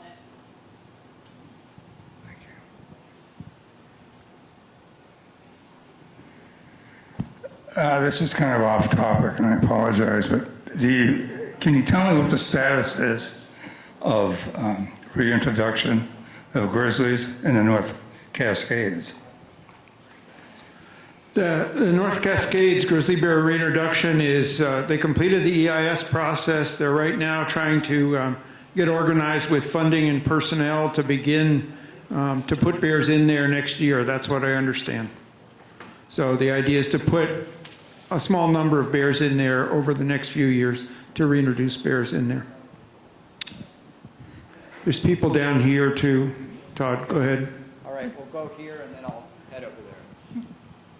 Hi, I'm actually a seasonal park ranger in Glacier National Park, and I do my talk programs on foxes, coyotes, and wolves. I spoke with Dr. Diane Boyd this summer, and she actually retired recently, and wolves haven't been tracked there since she retired. But when she was employed, she would utilize tags for tracking, and the Grizzlies there, they utilize GPS tracking collars there. And because Yellowstone, unfortunately before, radio telemetry has been negatively used for finding the wolves and hunting the wolves outside the park. Glacier is not conducive for radio telemetry, but Yellowstone is. However, because of that, have there been any talks about going over to a new kind of tracking system like GPS collars instead of telemetry collars in Yellowstone? Yeah. There is the monitoring of wolves in Yellowstone is transitioning to different methods besides just using radio collars. I think radio collars are still part of the current program, but they're doing it. This was something started since I left by people working there. Dan Staler primarily is working in kind of a bioacoustics, artificial intelligence monitoring system where you put devices out that record wolf howls and you can identify individuals based on their howling signature. This is in the experimental phases as far as I know. I'm not up on it, so I'm not really in a position to comment. But, radio collars have always been controversial in national parks because, you work for Glacier. The idea of national parks is to preserve, protect, and leave wildlife alone. And, we're putting these collars on them, but I always defended radio collars because there's a societal need to have information about especially wolves, because wolves have a cultural history that if we don't have data on wolves, people make up the data. They literally have stories and fables. The Three Little Pigs and Little Red Riding Hood has served a societal purpose, is everybody thinks they know what the wolves they live with do. And it's usually wrong. Daniel Kahneman wrote a book on this. It's kind of what Chris has been talking about, a fact-based decision-making process. Humans tend not to do that. We like to make decisions intuitively. Radio collars give you the hard data to make decisions about wolves, and until society comes around with more appropriate management practices, I'll continue to support radio collars, although the Yellowstone Wolf Project is transitioning to other methods. Maybe they're better, I don't know. Yes, my name is Shelley Fayette, and I'm a bidder at Salish. I live on the Flathead Reservation in Arlee, Montana. We have 3 packs of wolves in our immediate area, and we have a lot of grizzlies in both the primitive area and the Mission Mountain Wilderness. So my question to you is, how much, if any, has traditional ecological knowledge of indigenous people played a role in your management repertoire in your past career? Well, I think it's a conversation. It's a two-way process. I was friends with Dale Becker, who was a tribal wildlife biologist for the Salish Kootenai tribe. And I think, indigenous culture's presence on the land gives them a lot of traditional, spiritual, cultural knowledge that needs to be incorporated into any decision-making process. I would say that it needs to be integrated with other methods as well. And I'm not saying one method is better than the other. I think multiple methods, kind of all the above, leads to wisdom, and I think that is something that tribal culture, elders. You know, the most significant part of this for me was when we reintroduced wolves to Yellowstone, a lot of tribal folks came to bless or pray for the wolves. And I had the privilege of taking out some of them, just us two. And so the knowledge and wisdom they imparted on me definitely helped guide me during my career in Yellowstone. And that was integrated with radio coloring data, you know, so exclusivity of one type of way of learning is, I think, bad. So I think integrating the different ways of learning is important. And at least for my career, those experiences and then my continued interactions with tribal, you know, Levi Holt, especially from the Nez Perce tribe, impacted me greatly when I would meet with the Nez Perce. And we made a connection. And that certainly had an influence, at least on my thinking. So I would say very important. Thanks for speaking, you guys. Very insightful. We've talked about development in valleys. We've talked about climate change. So for bears in particular, wolves obviously have a different dynamic as well. We're losing areas of connectivity. We're losing food sources such as, you know, white pine bark, nuts, cutthroat runs. Mule deer are on a decline. Elk seem to be doing great. But in a changing landscape like this, what is kind of the number and distribution of bears you see as recovered? And do you see there being any type of, given the same way black bears are managed with quotas and once and waste laws where you have to harvest the animal, do you see a place for hunting of grizzly bears if they meet that desired distribution and number, and what would that be? Okay, in terms of the number, if you look at the that map I showed you of all those populations together in the Northern Rockies, I think if we had those areas fully occupied, we'd be around 3,000, 3,300 grizzly bears. And in terms of harvest rates, did you ask, your question, was that about harvest?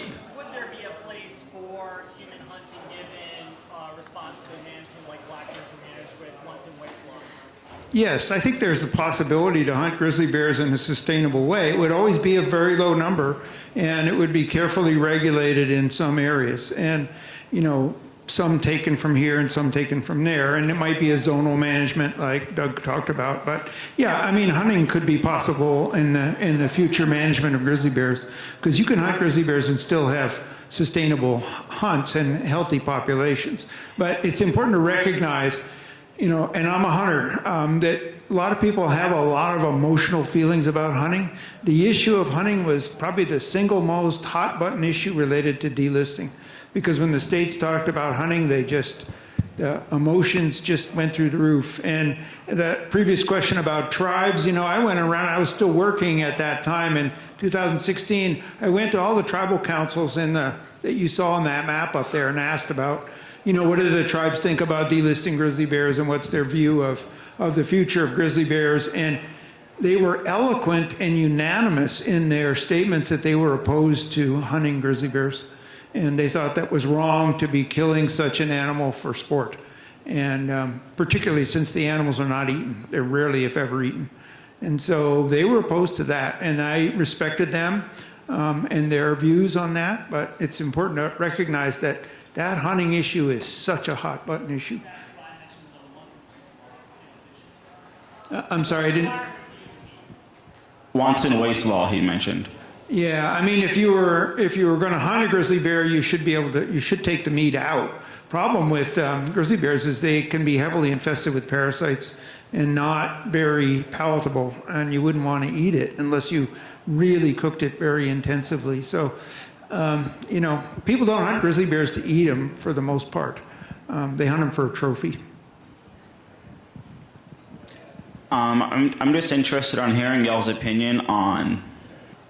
Could you speak up a little bit, please? Yes, I'm just interested in any of y'all's opinions on the permanent protection of a grizzly bear or a wolf.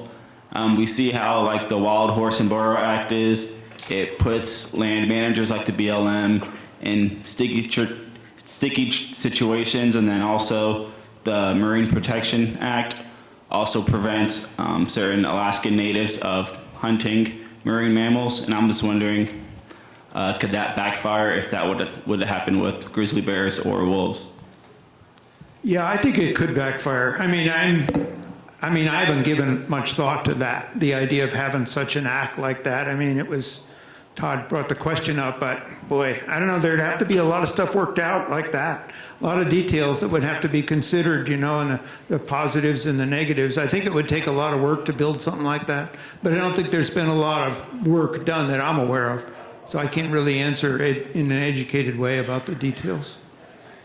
Hey, Chris, as I go over to the other question, could you talk a little bit about the percentage of Yellowstone bears when they were delisted and when you first came on as recovery coordinator?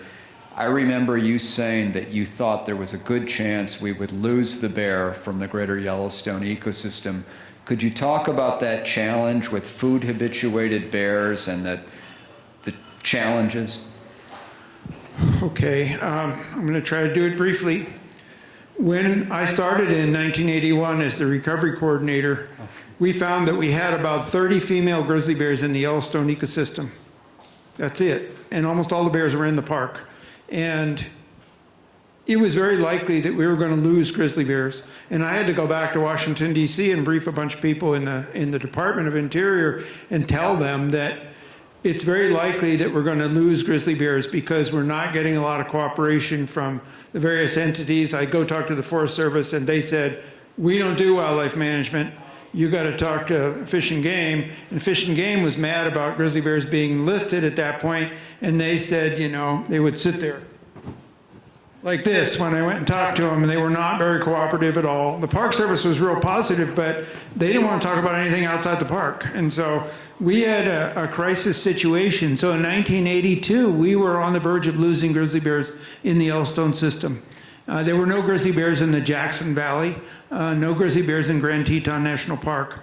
And at that point, we had to get the agencies to cooperate together. And on top of that, we had a lot of time that the Park Service was feeding garbage to bears in Yellowstone Park and the outside communities, because like West Yellowstone, Gardner, Cook City, they all had dumps, open dumps around their communities, as well as dumps inside the park. All that garbage was making the bears food conditioned to eating garbage. And so we had all these bears that died because they closed the dumps in 1967. The numbers of deaths each year were probably in the 70 to 90 each year, 90 range each year that we knew about. Population was very low, and we worried that maybe we would never get through that time period, and all the bears being food conditioned to garbage would just all die and get into trouble. And somehow we got through that. There were bears in there that learned to eat natural foods, and we got all the agencies to cooperate together through the efforts of the agencies. Imagine in 1983, we got the 4 governors of the states of Wyoming, Montana, Idaho, and Washington to sign a memorandum of agreement to implement the grizzly bear recovery plan. Do you think we'd get that done today?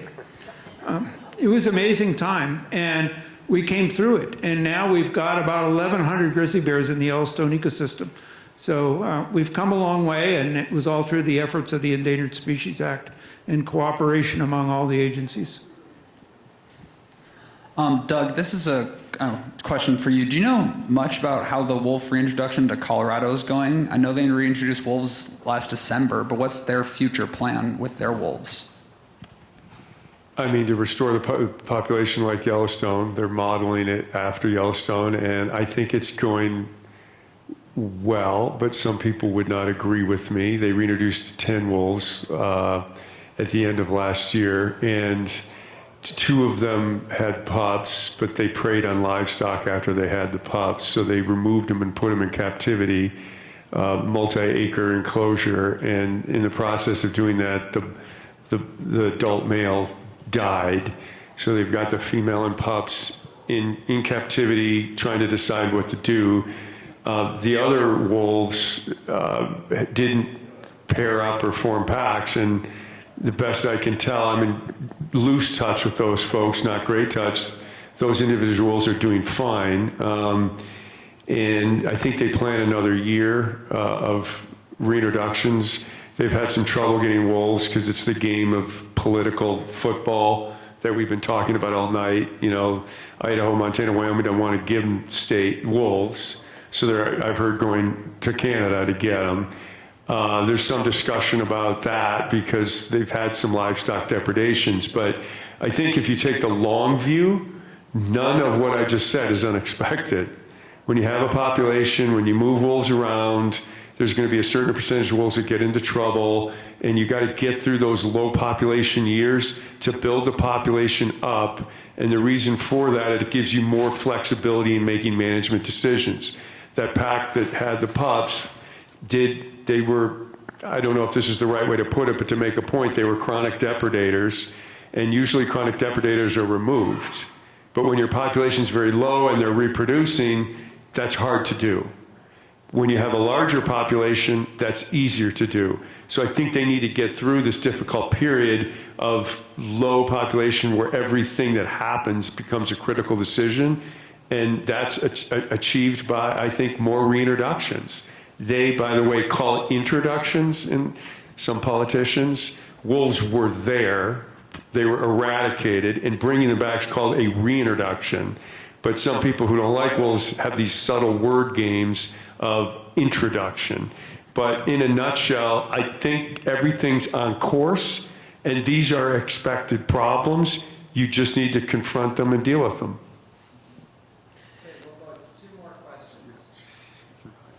So this is another question for Doug. So I feel like, as I've seen a lot, is that one of the major things for any wolf reintroduction in any state is talking with ranchers and farmers about how they can coexist with wolves. During your line of work, how hard has it been to talk and speak with ranchers, and have you swayed any ranchers into changing their views on wolves? Yeah, you're striking at the heart of the matter here. The short answer, because I am bad at answering questions because I go too long. So the short answer is it depends on crowd size. Every rancher I've met is salt of the earth, great person. Get him in a room full of people like this, they want to slit your throat.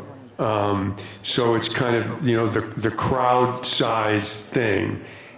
When you talk to them one-on-one, that is the best form of communication, and you can make some progress.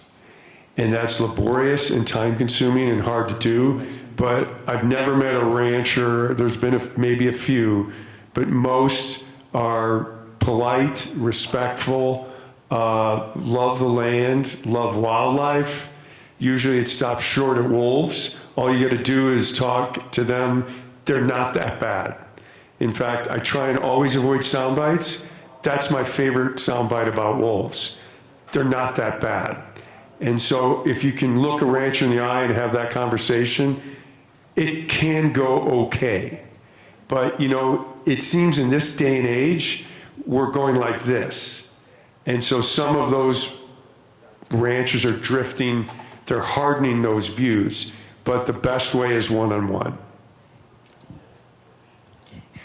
My question is for you, Doug. As the media continues to villainize wolves and as we see these less protections for the species, how can we work for true science communication or enhancing true science communication with the general public?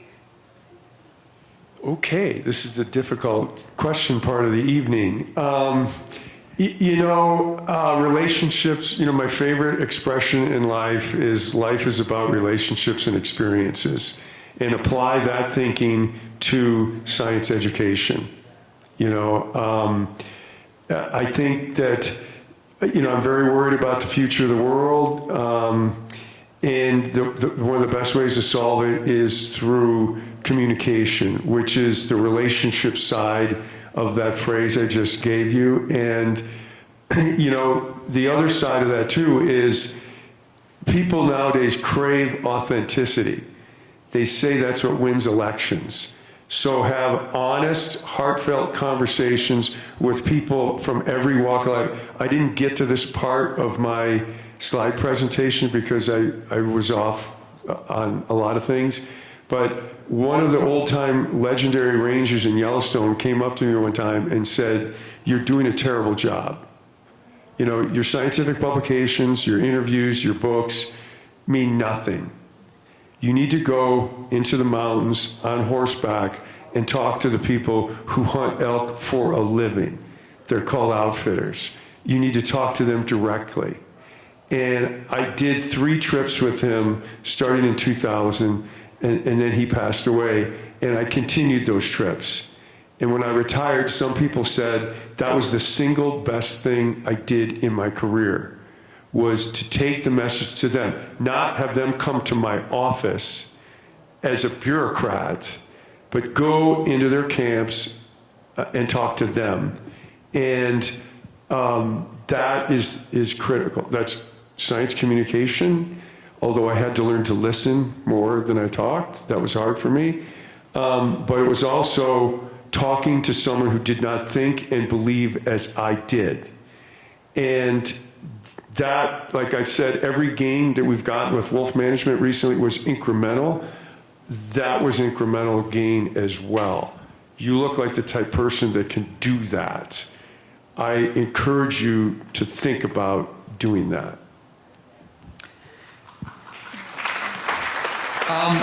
Before you all leave, I just want to thank you for coming out. And I have one final question for our esteemed experts here. But again, thank you for coming out. This is where the dialogue needs to happen, and you all matter.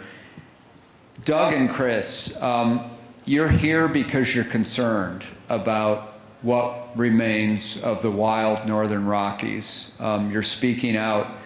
What is it that most concerns you, and what would you recommend for people here tonight and watching in? What do we need to do? What do we need to be paying attention to? Well, this all started and ends with voting.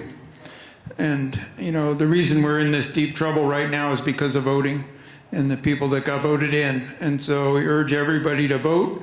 Vote, think about natural resources, think about wild things, think about keeping Montana the last best place, and vote, and get everybody you know to vote.